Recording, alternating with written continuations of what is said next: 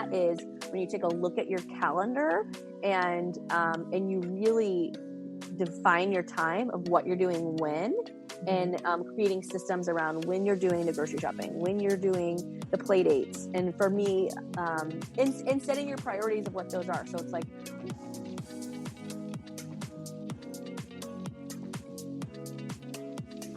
hey friends, and welcome to the Girl Means Business podcast. I'm your host, Kendra Swalls, a photographer and educator on a mission to help you find your passion, power, and purpose through entrepreneurship. So let's jump right into today's episode because this girl means business. Hey guys, welcome back to the Girl Means Business podcast. Welcome to the last week of April. It feels like the last 2 months have lasted for about 2 years. It's been such a crazy couple of weeks. Yesterday, we celebrated my youngest daughter's 4th birthday, and in 2 more days, we'll be celebrating my oldest daughter's 8th birthday. Yep, their birthdays are just 3 days apart. And while it breaks my heart that they are celebrating their birthdays not in the way they would choose to, we are not having a party. We're not having friends and family over. We are going to host a virtual birthday party with some of their friends. We've sent out little packages for their friends to open at the time of the party where they're going to have nail polish and facial kits and just fun stuff like girly things for them to do. But I know it's not the same as they would want it to be, but we're just doing the best that we can. And I'm curious to know how all of you other moms out there are doing. How are things going? What tricks, what hacks, what fun things have you found to do with your kids that helps you either A, get things done during the day, B, spend more time with your kids, or C, just keep your sanity?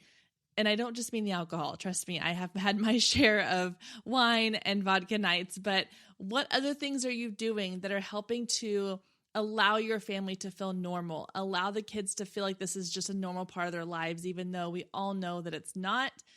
And there are times I look back and think, how are they going to remember this time? I mean, my kids are only 4 and 8, and I know that my 4-year-old probably won't remember a whole lot. My 8-year-old will, and it makes me wonder, how are they going to remember this time? What are they going to look back in 10 or 15 years and think of this time period in their life as? It's interesting. So today we're continuing our MomBoss series, and I'm chatting with Amy Hann. Amy Hann is the founder and creator of Creating Capacity. She's on a mission to lighten the mental load of motherhood, which I know we could all use right now. And she wants to help women create capacity in their lives so they have space for more. And today we're talking all about creating systems in our home, which we could probably use more than now than ever before. So it's perfect timing. But creating systems that allow us to feel like we are accomplishing something in our day, systems that allow us to feel like that we are doing something right, because Lord knows there are so many days when I don't know if I'm doing anything right anymore. So hopefully this interview will help give you some clarity, give you some ideas, and just know that you're doing a great job. Even if you feel like you're doing the worst job in the world, I promise you, if you're doing the best that you can right now, you're doing a great job. All right, guys, let's get into my interview with Amy Hann. Hey guys, really quick before we jump into my interview, I want to remind you of one of our sponsors, Flowdesk. Flowdesk is the new email marketing program that I've been using in my photography business, and I cannot say enough great things about it. The templates are beautiful. If you have signed up for any of my photography email lists, you're probably getting some of these new templates in your inbox with the emails I'm sending out, and I just love them. They're simple, but they're elegant, and they are classic, and they're beautiful, and they make your brand stand out. And they have so many built-in templates. It's as easy as just clicking on a template, drag and drop what you want in there, and you're good to go. And of course, if you like just the simple plain text email, they can do that for you as well. One of the best things about Flowdesk, and the number one reason I switched, is that they will never charge you more based on how many subscribers you have. One of the things I hated about the other email providers I had been with before was that as my list grew, which is what you want your business to do, the price grew as well. And while my list was growing, I was being charged more every time I got new subscribers, and it was really frustrating. But Flowdesk is not that way. They have one price no matter the size of your list. And as a listener of the Girl Means Business podcast, you get half off for life of your Flowdesk account. So head over to bit.ly/GMB Flowdesk, that's FLODESK, or just scroll down and click the link in the show notes and get half off your lifetime subscription to Flowdesk and start sending out gorgeous emails that your audience is going to be excited to open. All right, guys, let's get to today's interview. Hi, Amy. Welcome to the Girl Means Business podcast. Thank you so much for joining us today. Oh my goodness. Thank you so much for having me. I'm so delighted to be here. Yeah, we're so excited you're here. And I have tons of things we're going to talk about today. But before we get started, I always like to ask my guests to tell me a little bit about who you are, talk about your journey through entrepreneurship or to get to where you are today. And let's just start there. Great. Okay. So I started my first business 6 years ago.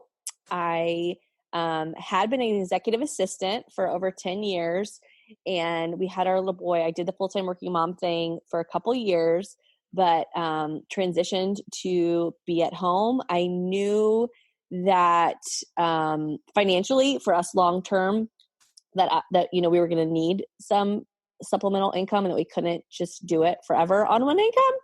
But we just thought for a season, I'm going to do that. And I really wanted some time to enjoy my little guy, but also to figure out what came next, because I knew that corporate America, what I was doing was not going to be the right fit for me long-term to be the kind of mom I wanted to be. So I thought I would start some kind of business. I had a ton of ideas.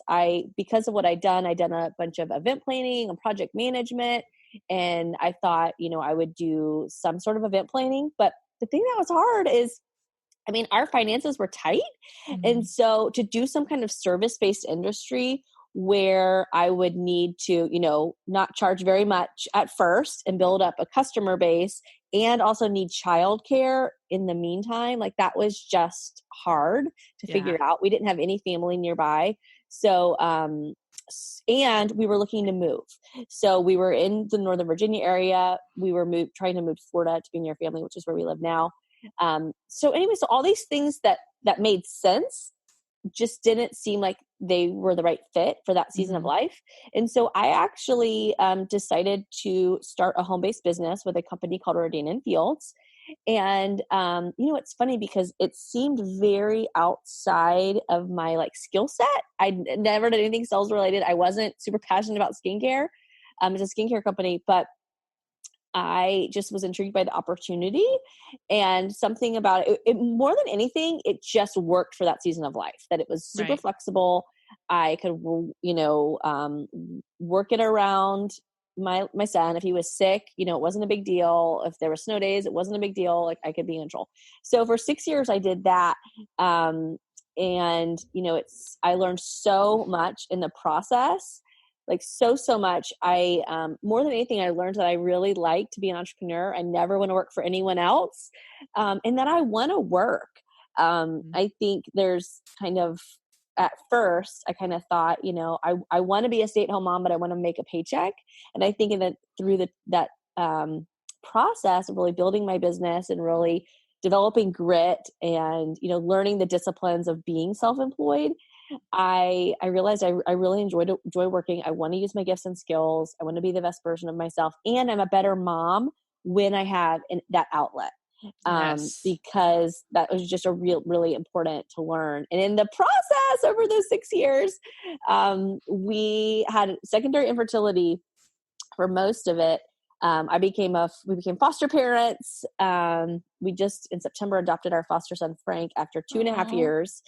And then I got pregnant. So now I have 3 kids and I'm running 2 businesses. I've just started this new business called Creating Capacity because one of the things I learned in building my business and in coaching other people, I've coached hundreds of women in my Rodan & Fields business to help them start businesses. I learned that I love helping people But I've learned that for so many people, the challenge is really the time issue. Like, how do you find time?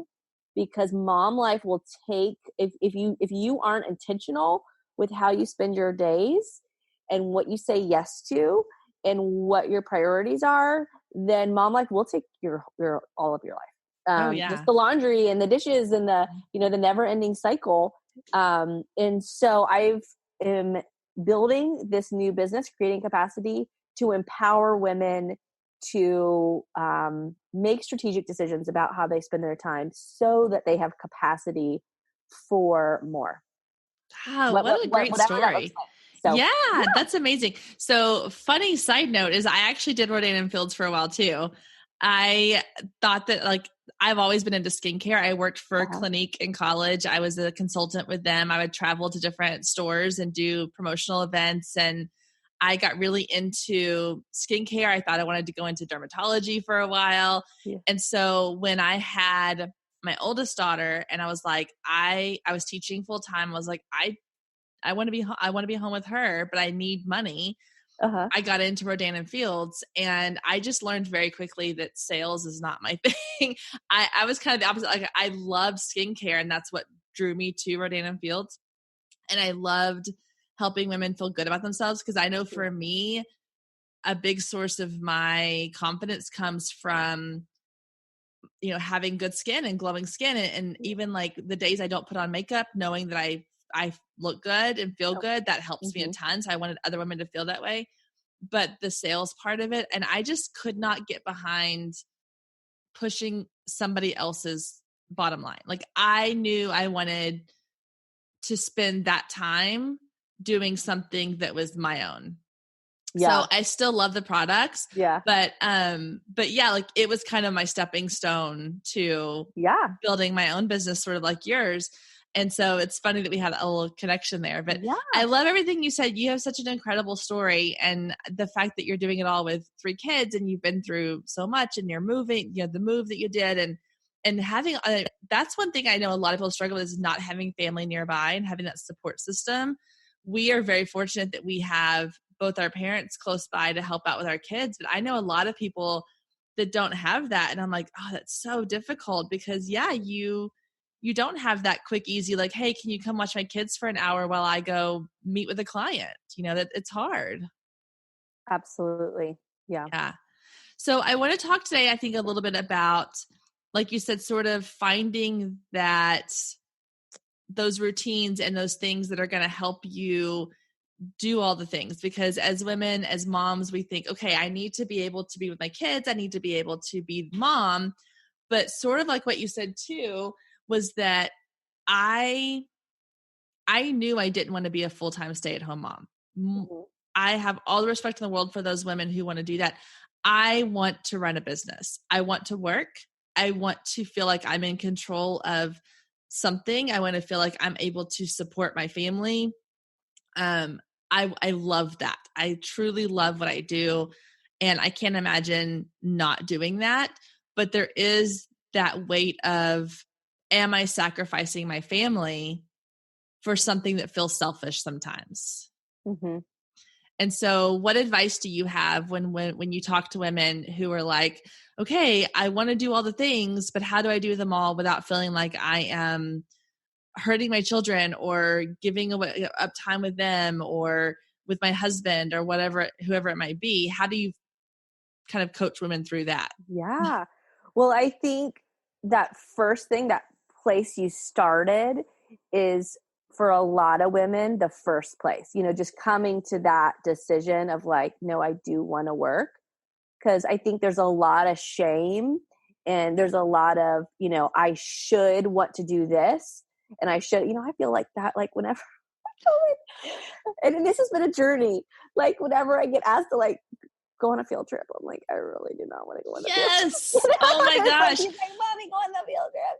But now I have a baby, and it's like so complicated. So I'm like, I gotta arrange a babysitter, like go on a field trip. So I'm like, but I think at first, when I was a brand new mommy, like, I'm like, of course I'm gonna want to go on all the field trips, and then I'm like, I want a job that'll let me go on the field trips. And now I'm like, I don't really want to go on the field trips. So not that it's all about me. Sometimes, as a mom, you just got to show up and do the thing. Right. And now I've got 3 kids, so I can't do all the things for all the people, Right.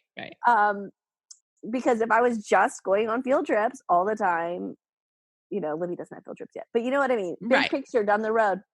So I think part of it is being able to like understand yourself and your gifts and going through, it's a mindset shift of being able to know like, okay, yes, I know that I'm a better mom when I have time to work. And I think it's really important to have your spouse on board with you with that too. And for me, I think something that I think is a really important place to start is just with time blocking. And that's helped me tremendously, being able to make decisions about those things, those ancillary things. Because there's there's the main tasks of motherhood, like the laundry, and each family is different in how they divvy up their tasks and who does what.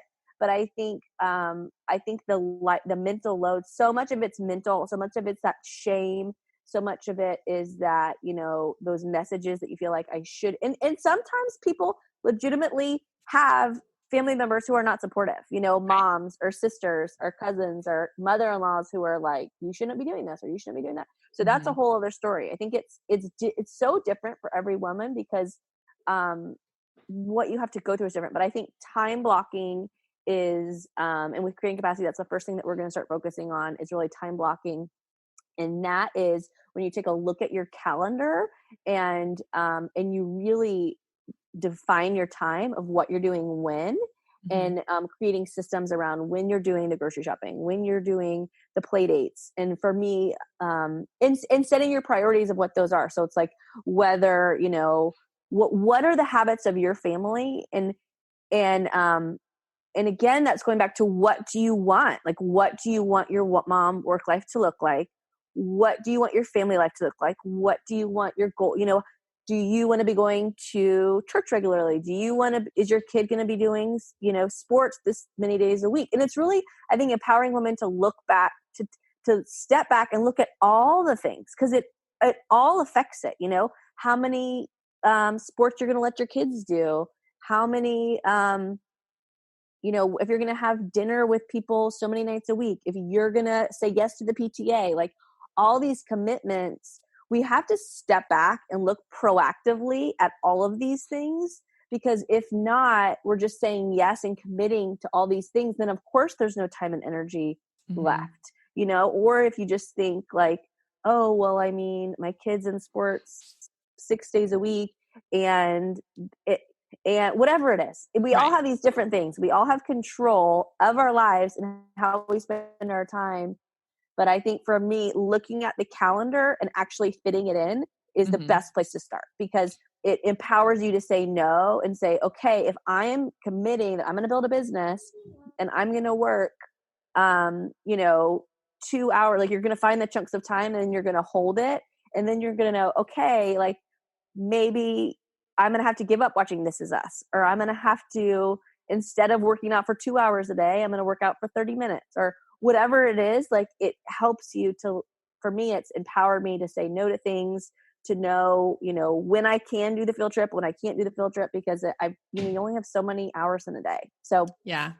Well, I think the biggest thing for me has been saying no to things.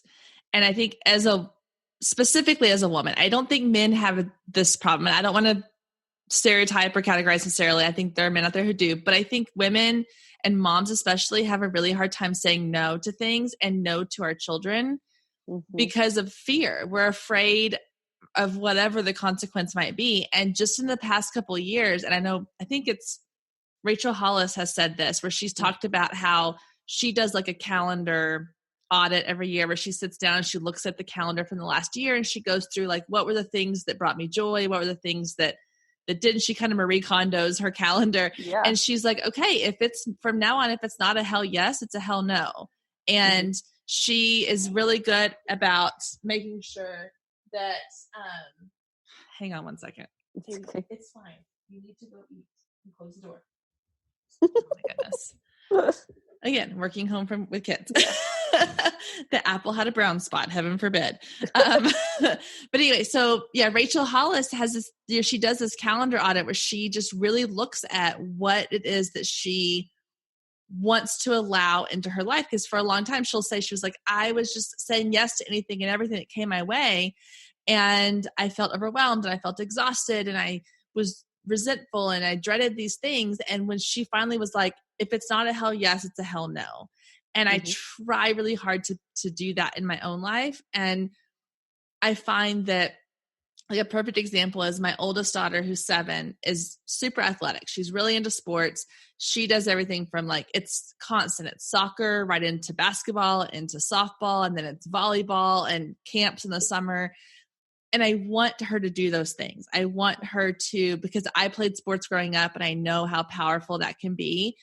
But at the same time, I'm like, it's exhausting for us scheduling wise. I'm like, you can do one sport at a time. You can't do multiple. And eventually you're going to have to pick maybe a fall and a spring and that's it. And because we live in a very small town, they will, it's through our school district, which is a very small school. And they'll send out, like, we need volunteers. And so recently I got the text of like, hey, will you coach the basketball team this year? Because we need more coaches. And the voice inside of me really wanted to say, yeah, I'll do it, because I felt guilty. I felt like I needed to. There was that, if we don't have coaches, we won't have a team and your kids don't get to play. And it was that sort of thing. And I was like, I told my husband, I was like, I am going to feel terrible if me saying no prevents them from playing, but I'm going to feel even more terrible if I say yes. And then I resent everything for it. And I hate it and I'm miserable and all those things. So for me, the saying no has been a huge thing. And in my business, I've had to say no to clients that weren't a good fit. I've learned to say no to events that I don't have time for, even though I know that they're good events. I've had to say no to even little things like, no, I'm not going to schedule sessions on Sundays. I'm just not. That's my family time. And once I started doing those things, not only did I feel better, but people were able to respect those boundaries a little bit more. But I think the hardest no has been saying no to my kids. Yes. Yeah. But they need that. Yeah, they do need it. And I think it, I've made a shift too, because it's like, I used to feel like, my kids know, now I'm building the second business. I'm working, really hard and but we let the kids in on that, like they know that mommy is building a business. Like this morning, we were on the way to school and our little 4-year-old Frankie is like, Mommy, I want to play games after school. We play games. He's like, will you have any work to do, Mommy? And I was like, I'm going to work hard to get all my work done so we can play this afternoon. So what I try to do is I try to keep like from 3 to 8, like my schedule, but then it's really like 3 to 7, and I might like do some stuff in the weekend, but still like, yeah, Frankie also asked me, he's like, Mommy, can you pick me up today, after lunch? He's in pre-K. So like we paid for him to stay till like 3, but I could pick him up earlier. And that's, one of those things. And I was like, honey, I'm sorry, Mommy has to work. But, that's where, if I was working full time, I would always be saying no. If I was working in a desk, but now I think especially there's women who are trying to build businesses from home that, you feel like there's this guilt, but it's like, if you were working full time, like I get to say yes so much more than I would, I get to say yes. I said yes to the board games, but I said no to picking them up early because, I want to, this is like, I have my mom watches the baby. So that's another thing. Also, like another thing is just to learn to ask for help. And for me, we do now have family nearby. And so now I have the baby. And so looking at my schedule and time blocking, like I was able to I actually asked my mother-in-law and my mom, I asked if they'd each take one day.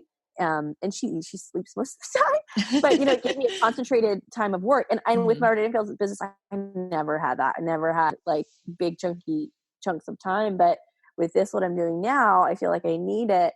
And, so anyways, being able to do the time blocking and planning helped me ask for that time, and knowing that today is my concentrated time to work and to get stuff done and to, really do more like writing and kind of more thoughtful stuff, I didn't feel bad about saying no to Frank. It helped me, Right. and to say no. So anyway, so yeah, saying, and it's still hard, but I think you just have, it's just that mindset of having to remember, and knowing that, like, I want my kids to be so proud that I have a business, and it's not, and again, like you said before, it's like that mindset of saying, I do want to build a business. I want them to be so proud of what mommy is building, Right. and not like dismissive of this business that I have. So stay with us. We'll be right back. If you have been listening to the Girl Means Business podcast for any amount of time, then you know my love of email marketing runs deep. Not only is it a great way to generate new leads, but it's one of the most effective methods for nurturing warm leads and turning them into sales. Now, over the years, I've tested several email platforms, and my favorite by far is Flowdesk. Not only do they make email marketing simple and easy, even for the technically challenged, but they have everything you need to create stunning emails, capture leads, make sales, and automate the entire process, giving you time back in your busy day. And the cherry on top is you're only charged one flat fee no matter how many subscribers you have. So while other platforms will increase your price when you go over your pricing tier limit, Flowdesk has no price increases or hidden fees. If you're ready to give Flowdesk a try, click the link below in the show notes to save 50% off your first year. Let Flowdesk help you design emails people will love. Click the link below and check it out. I have a feeling you're going to love it just as much as I do.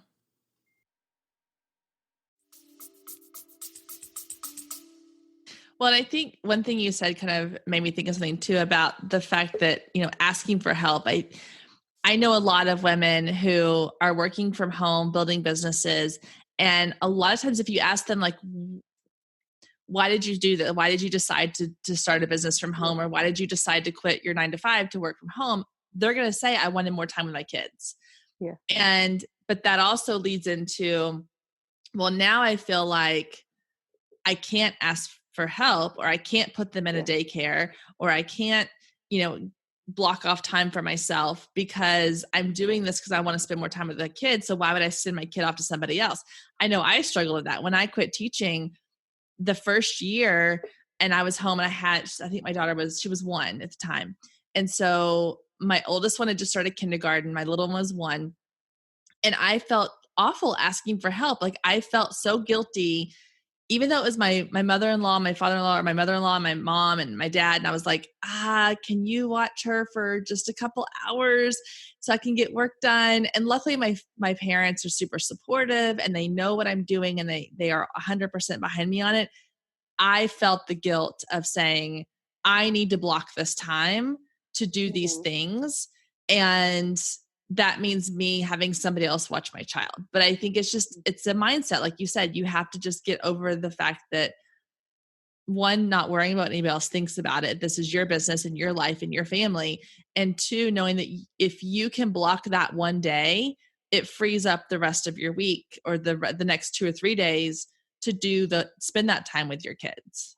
Absolutely. Like this week, like next week, my kids are off. And so I was Mhm. talking to my mom this morning, and she was like, do you need help next week? And I was like, well, we were planning, we're taking them to the zoo one day, go to the science center. So I'm like, that is like, I get to spend all next week with them.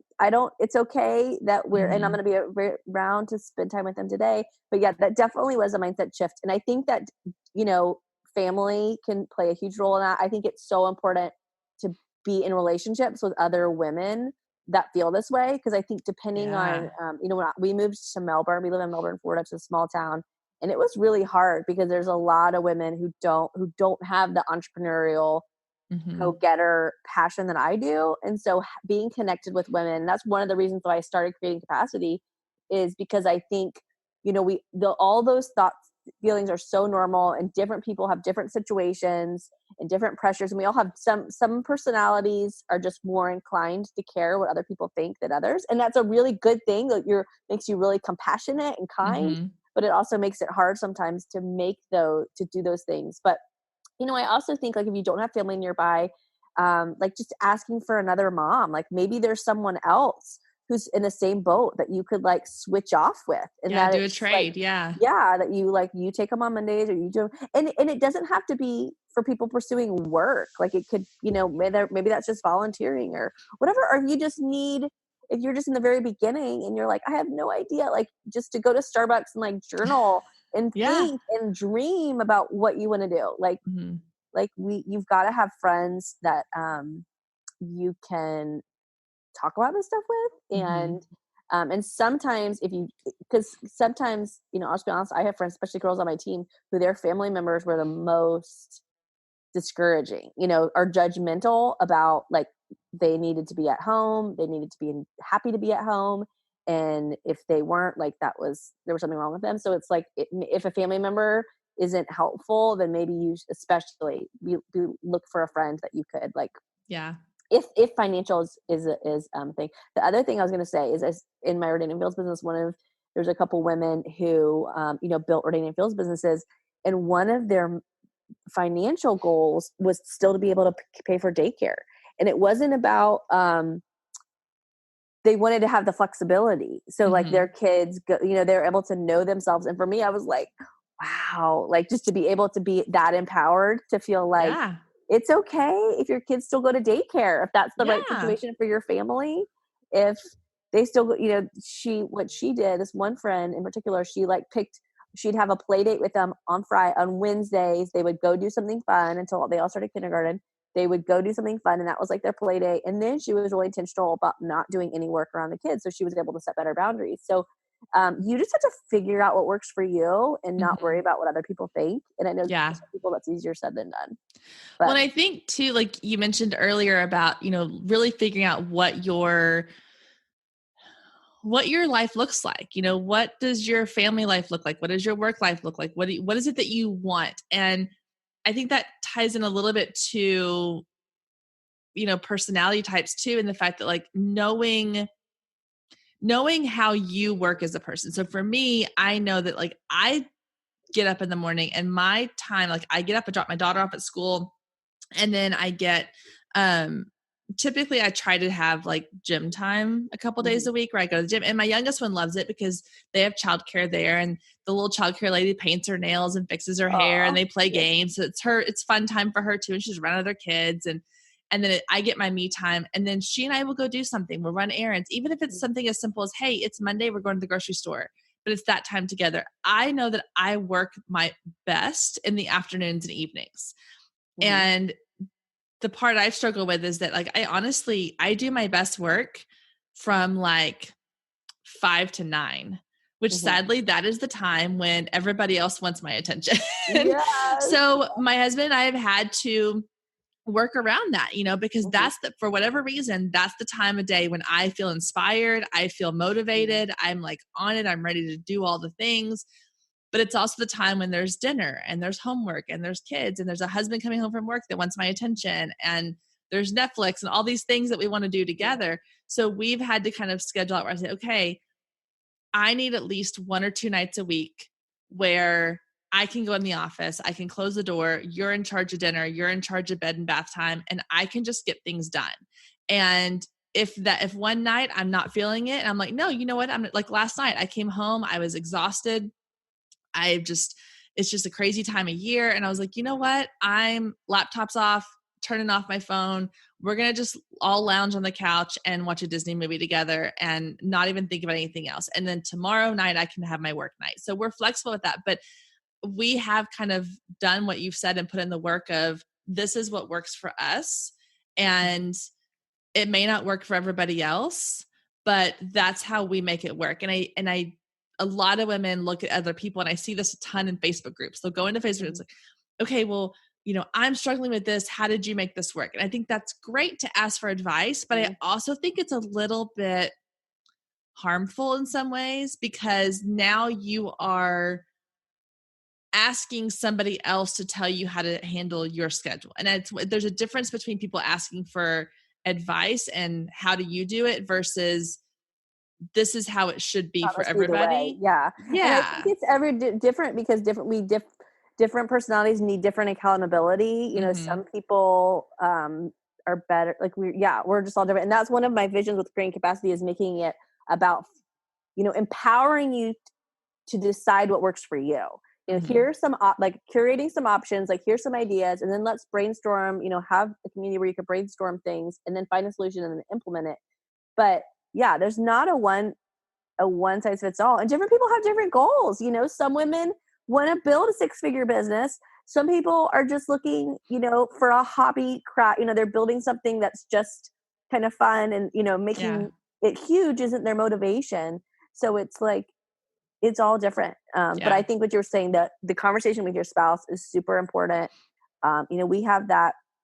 And doing the time blocking is super helpful so that I know, okay, I'm like, okay, well, if I've got this Monday block, I've got this Wednesday block, and then I've got, like a Saturday, I've asked my husband, I'm like, it'll just be helpful. And some days on the Saturday, I end up not needing it. Like I've been productive enough, but it's just so that it's on his radar. And my husband I send a calendar thing to him. So it's like on his calendar so that he knows, because if not, he'll totally forget. But it's like, this is when, Amy's going to leave the house, because, and then so I'm not resentful. So then then he remembers.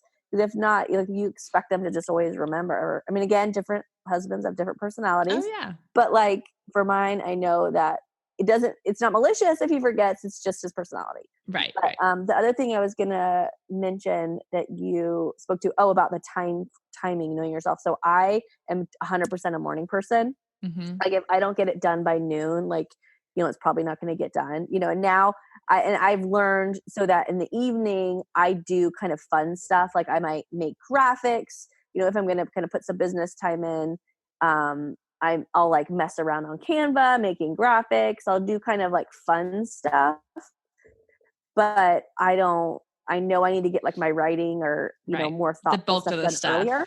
And it's helped me. So I'm a gym person too. I take the kids to school. I go to the gym. I come home, and usually the baby's ready for a nap. So at least for now, we'll never know when her nap schedule changes. But anyway, so I protected that morning. So I've said no to everything in the mornings, pretty much. So I'm not, a lot of my friends do Bible studies or do different things. And, for a long time I had guilt. Like that was an active choice that I had to push through. Like, for this season of life, this is my time to work. And so I'm protecting that time. She's getting her nap and I'm working these hours. Yeah. So, anyway, so it's an intentional choice too, is just protecting that time that where you do work best. So. I wish I was a morning person. I know so many people that are like, I'm a morning person. I get up at 4:30 or 5 and I get all this done before the kids are up. And I'm like, I wish I could be a morning, but I'm a night owl. I do my best work at night. I love it. And for me, I guess it's similar to the morning people, is when it's quiet. And right now we're in the middle of like hunting season. My husband on the weekends, he goes duck hunting. And so on Fridays and Saturday nights, he's in bed by like 8:00 because he gets up at 4 a.m. to go hunting.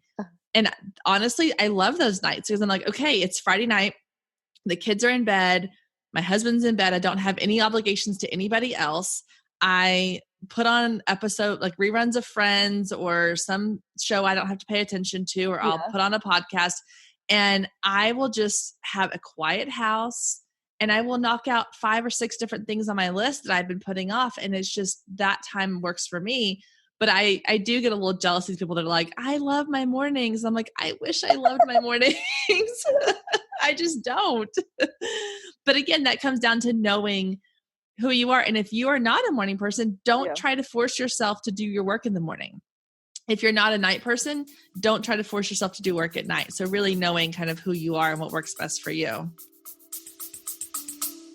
Stay with us. We'll be right back. Hey photographers, are you ready to make 2024 your best year yet? Growing a business is tough. You're following all the successful photographers and experts, soaking up their best advice and downloading all their free guides, trying to replicate their success only to come up lacking, blaming yourself when their methods don't work for you. But the truth is, it isn't you. Free content and one-size-fits-all courses can only get you so far. What you need is personalized help and guidance, but that can get expensive. Well, not anymore. I've created the perfect solution to get you personalized results for less than $2 a day. Introducing the Focus Photographer Lab, a one-of-a-kind coaching membership that gets you one-on-one results for a fraction of the cost of traditional coaching. Inside the lab, you'll find the 3 C's to success: classes, coaching, and community. With classes, you gain access to a treasure trove of pre-recorded trainings and invaluable resources. With coaching, you get monthly live trainings and Q&A sessions, along with my favorite part, the weekly one-on-one office hours, where we get to address your unique questions and challenges. And then there's the community, where you get to connect with an amazing group of talented female photographers who share your passion, supporting each other and inspiring each other to greatness. The best part is it doesn't come with an expensive one-on-one coaching price tag. You get all of that for just $47 a month. You can even try it for free for 14 days to make sure it's a good fit for you. And there is no contract and no obligation. You can cancel at any time. So what are you waiting for? Head down to the show notes and click the link to learn more and get signed up today. And let's make 2024 our best year yet. And the other thing I'd add too is, like with the time blocking, like I've learned like to schedule time for fun. You know, it's like, I do like to watch This Is Us and Grey's Anatomy, and like I'll have some shows that I'll tape. And so like on Friday nights, what I do, I've gotten this habit is we have 3 little kids. So we don't, sometimes we get out for a date night. Even if we go on a date night, we're still usually home by like 8. Yeah. Also, I do all the laundry during the day. Like I wash it all. And then on Friday nights, I fold the laundry and watch my shows. You know, and I might do something like make some images or whatever while I'm watching a show. But like you don't have to hustle all the time. You can like take some time for fun, but make it intentional. And I think then, because if you're just like watching all your shows and you should be working, then you're just gonna like feel like regret or the guilt. Guilt. And it's not gonna be as fun. But doing that is really fun. Yeah, I like the idea of scheduling and that sounds so unspontaneous to say I'm scheduling in some fun, but if I don't, because I love my job. I love what I do. I could do it 24/7. I'm constantly thinking about my business in some form or fashion. And so if I don't schedule that time, if I don't say, okay, tonight is not a working night at all, I'm not even going to think about it. I'm not going to look at it. I'm not going to touch it. And I'm just going to enjoy sitting on the couch watching a movie with my kids or a date night with my husband. And we'll do sometimes like happy hour dates where it's like we can still be home before a decent hour to put the kids to bed or do whatever. Yeah. But if I don't do that, I'll look up and weeks have gone by and I haven't done anything for myself, or I haven't done anything that I enjoy outside of work and my kids. Yeah. And so I think a lot of times as women, we forget that it's okay. Like give yourself permission to schedule something, whether it's a lunch with a girlfriend, a date night with your husband, or like you said, just a Friday night to fold laundry and watch your shows. That's relaxing. Like I was telling somebody the other day, I was like, I just want to sit on the couch and watch Hallmark movies, cheesy Hallmark movies. Like that's all I want to do. And I never allow myself to do that. So I need to make time for me to do that. So I think that's really smart. So tell us about the creating capacity. Tell me a little bit about what that is and how people can get involved with that or become part of all the things you're doing. Yes. Well, I have a website, which is amymariehann.com. And I'll link to that in the show notes. They'll have all that, just quick and easy, click on it and go. Awesome. And you can find me on Facebook. My Facebook and Instagram are both Amy Marie Hann, but then I also have a creating capacity page on Facebook. So the vision is really burn out of a lot of my experience working in the fields, but because I have so many friends who are trying to figure this out, trying to figure out life. And I don't think it's something that you just figure out. Like, you and I have been on our journeys. We're still learning. We're still growing. We're still figuring out how to grow into the best version of ourselves. And so that's just really a community of women who are all in that together. And so, so each month I'll create an ebook of around a specific topic. So, the things I know we're going to cover: time blocking, capsule wardrobe, will just basic, home stuff, like our systems for like meal planning and laundry and a lot of that stuff. Kind of the vision is really the more of these things that are just natural habits that, like for me, like I always do my laundry on Fridays. I don't stress out when I see the full laundry because I know I do that on Fridays. So it's lightening the mental load. So the more of these things that are just habits and disciplines that you always do it. And I'll tell you, I am not disciplined. Like if there's one thing that like I wish I was better at, I wish it was discipline, but I have learned to be disciplined. So I believe that I believe in a growth mindset that you can learn to do anything. And so no matter where you are on the spectrum of organized, I think the hot mess thing is not a genetic predisposition. You can learn to, put things in practice to simplify your life, to make decisions so that you have a capacity for more, so that your life is more organized, you have some systems and habits in place. And so it's a continual process. So each month we'll kind of take a look at something specific. And then you kind of get to choose your own adventure in terms of like what changes you can implement that month. So we'll empower you and help you to kind of determine, how to apply that to your life. And then, just focus on small changes and habits over time to really lead to that significant transformation to give you, that capacity for more. Yeah. So, and then there's just lots of encouragement and support. We'll have a Facebook group, but then there's also on my website, once you become a member, you'll have access to the portal with, all the back resources that exist. And so just supporting the journey. I love that. I think that's awesome. And I love what you said too about, kind of creating your own story. And I think for me, I listen to all those things you said, and I love the idea of meal planning, and I love the idea of creating a schedule, and I love the idea of all these things. Yeah. But what I tend to do is I tend to jump in 100% and go, I'm going to completely revamp our schedule. I'm going to be the most organized person. And then it lasts for like a week, and then I'm back to like, square one. And so I think it's great that you're kind of doing it a little bit at a time so that people can not have to feel like they have to do everything. And you can kind of pick and choose what works best for your family and your work schedule and your life. I think that's really smart. I love it. And so many of the things, change with seasons. So what works this year might not work in January once, ice skating or whatever starts, or hockey, right, whatever changes your kids, like it seems like each quarter our lives change. And so it's developing those disciplines and habits. And I kind of think about it like, my goal is for each week to equip you so that you have at least 1 hour, one new hour of something that if you were spending 15 minutes a day worried about what you're making for dinner, if you are organized with your meal planning and that gives you an extra hour, then, so I just think an incremental growth.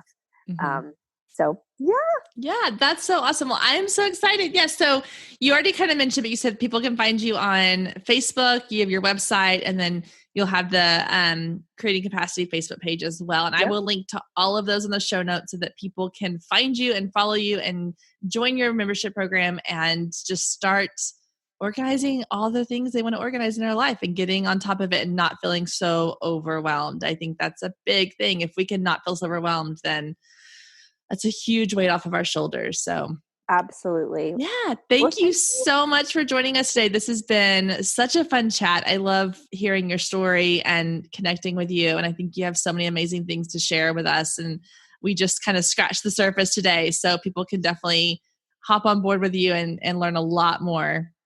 Well, thank you so much for bringing me on, and it was so fun to connect with you. You and too. I look forward to following along on the podcast and hearing other stories on here. Yeah, awesome. Thank you so much. Well, have a wonderful day. You too. Thank you so much, Amy, for all of your tips. I'm sure we'll be putting those into place ASAP as these kids drive us nuts these days. Guys, if you want to follow along more with Amy, get any of her info or downloads, just head to the show notes and go follow her on all of her social media accounts and check out her website. All right, guys, that's going to do it for this week's episode. I hope you have a wonderful, wonderful week, and I will see you back here next week, same time, same place.